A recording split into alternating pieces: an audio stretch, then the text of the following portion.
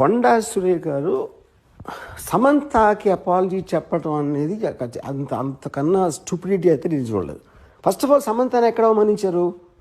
కొండా సురేఖ అవమానించలా, పొగిడారు. యాక్చువల్గా ఎందుకు పొగిడారు అంటే అక్కడ ఏమంటున్నారు ఆవిడ, నాగార్జున నాగ చైతన్య ఇద్దరు కలిసి ఒక మామగా, ఒక భర్తగా, ఒక కోడలిని, ఒక భార్యని తనకున్న ఒక ఆస్తి కాపాడుకోవడానికి వెళ్ళమని ఫోర్స్ చేస్తే తను కాదని చెప్పి విడాకులు ఇచ్చి వెళ్ళిపోయింది అన్న. అక్కడ సమంతకు అవమానం ఏంటి? సమంతని పొగిడినది. యాక్చువల్గా అవమానించింది ఎవరిని?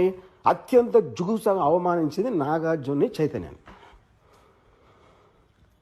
అసలు దాని టాపిక్ ఎత్తట్లా, దాని గురించి ఇంతవరకు మాట్లాడలేదు ఎవరు.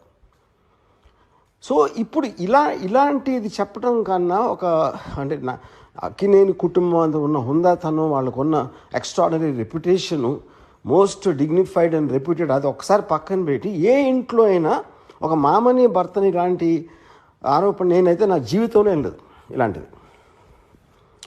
ఇది చాలా సీరియస్గా తీసుకుని నా రిక్వెస్ట్ నాగార్జునకి చైతన్యకి ఇలా వదిలేయకుండా, మళ్ళీ ఇలాంటివి జరగకుండా ఇండస్ట్రీ అందరి కోసం, ప్రజలందరి కోసం కూడా సీరియస్గా తీసుకుని మర్చిపోలేని గుణపాఠం నేర్పించాలి.